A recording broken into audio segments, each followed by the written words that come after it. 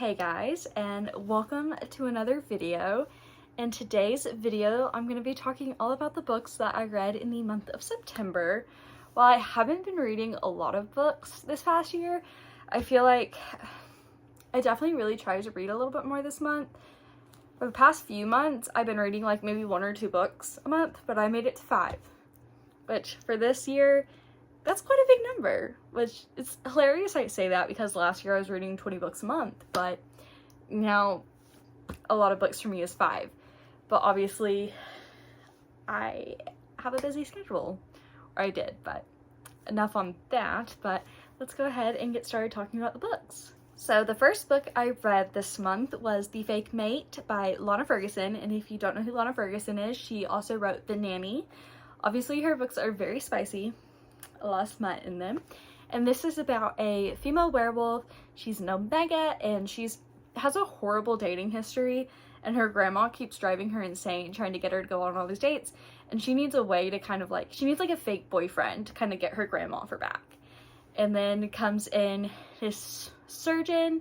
He's a very popular surgeon at the hospital, very well renowned, and he is an alpha. But the thing is, the way the world kind of works in this book is alphas are seen as being very dangerous unless they're mated. So he needs to find a person to pretend to be his mate.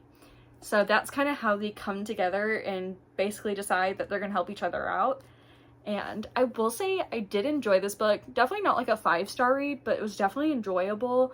I liked the characters in it, and obviously Lana Ferguson, I don't know, it's very spicy, obviously. A lot of romance, and there's a lot of tension, and I don't know, it was a really good book. I swear. I say the words over and over again, but yeah, this I probably would rate it 3.5 stars.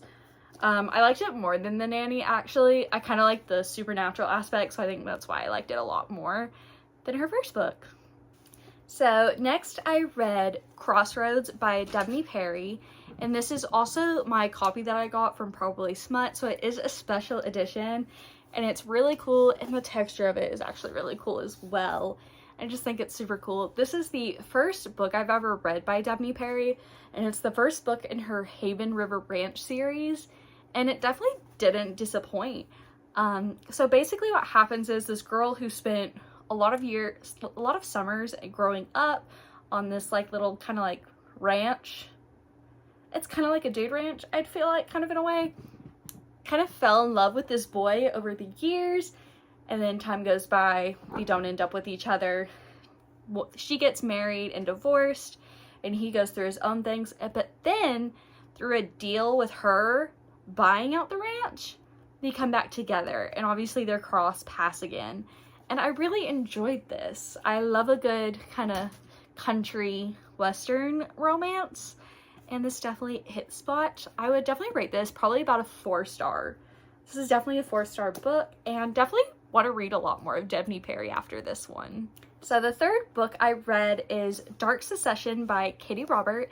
And if you don't know who Katie Robert is, she wrote Neon Gods and all of those books that kind of have to do with mythology. That this is her series that has to do more so with, it's the Irish Mafia is what it is about, and this is about a girl. She's in an arranged marriage, but certain things happen that cause that arrangement to end, but then she ends up being arranged to marry a different guy, and there's this whole ordeal with trying to figure out who killed her original arranged husband, which if you read the book you find out who does it.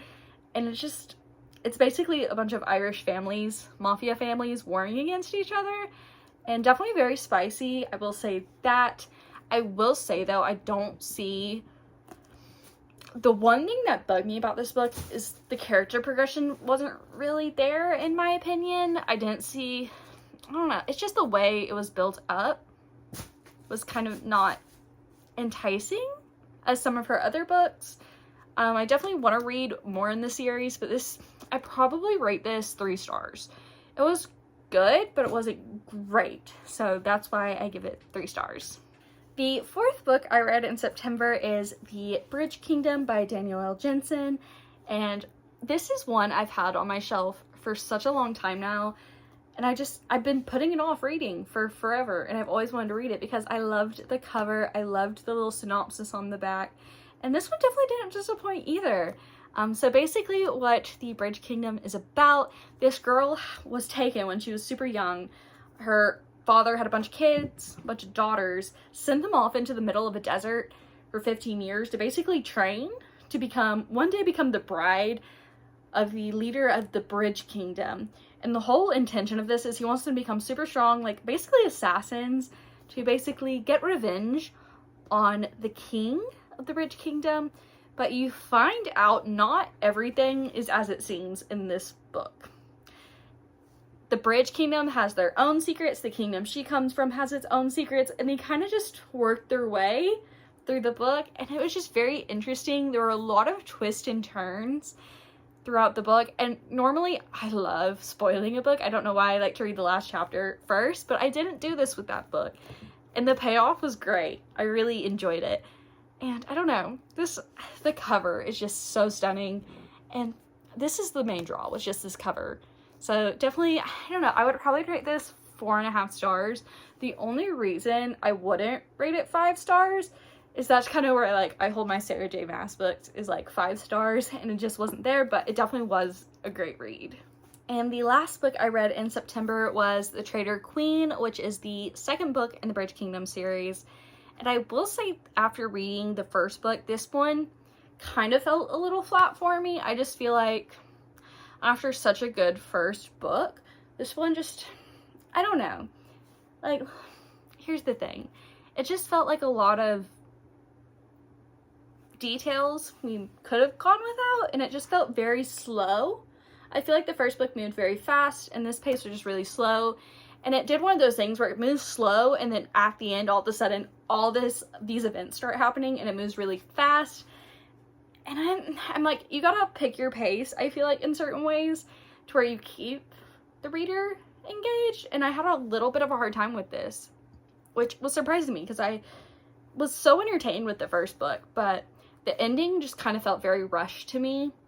And I do know, like, these characters are in the third book, so I'm hoping we get to see a little more things explained, but I would probably rate this one 3 stars. It just didn't live up to the first book. So those are all 5 of the books that I read in the month of September. I feel like I had a pretty decent month. I didn't have any 5-star reads, but there was a book that did come pretty close. And I don't know, I feel like I kept saying I don't know a lot in this video.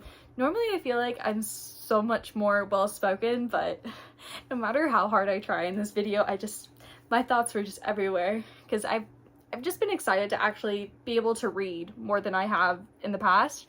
During this year, I haven't been able to read a lot, and I'm just excited that I was able to at least get 5 books in, because that's a lot for me, because I think for March through July, and even August, I only read like 1 or 2 books a month, which for me is so strange as somebody who reads like 20 books a month. So this was definitely an exciting month. I'm really excited to see what I read in October. Definitely want to get some spooky books in there, but we shall see. And until next time, see you guys.